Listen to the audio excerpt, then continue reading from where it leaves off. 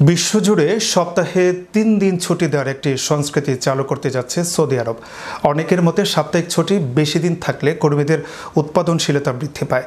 সেই পথ ধরে এগোচ্ছে দেশটি। এবার সপ্তাহে ৩ দিনের ছুটির ঘোষণায় সৌদি আরব প্রতিনিধি আব্দুল আল মামুনের প্রতিবেদনের বরাতে জানা যায়, সৌদি আরবের রাজধানী রিয়াদের প্রতিষ্ঠান AI customer experience management platform Lucidya সৌদির প্রথম কোনো কোম্পানি হিসেবে কর্মীদের সপ্তাহে ৩ দিন ছুটি দেওয়ার ঘোষণা দিয়েছে।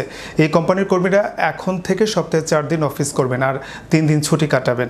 এদিকে লুসিডিয়ার এই ঘোষণা সামাজিক যোগাযোগ মাধ্যমে বেশ সাড়া ফেলেছে। সপ্তাহের প্রায় অর্ধেক সময় ছুটি দেওয়ার বিষয়টি কর্মীদের উপর কেমন প্রভাব ফেলবে এই বিষয়টি দেখার জন্য অনেকেই আগ্রহী বলে জানিয়েছেন। লুসিডিয়া যে সিদ্ধান্ত নিয়েছে সেটা সৌদির ইতিহাসে এটি অভূতপূর্ব নজির। তাদের উদ্যোগ অনেক মানুষকে রোমাঞ্চিত করেছে। অনেকে এটির ফলাফল জানতে মুখে আছেন।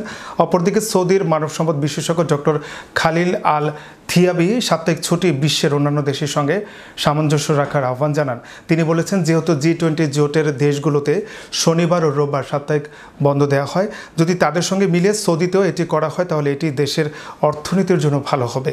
উল্লেখ্য যে সৌদিতে সাধারণত সাপ্তাহিক ছুটি বা বন্ধ থাকে 2 দিন।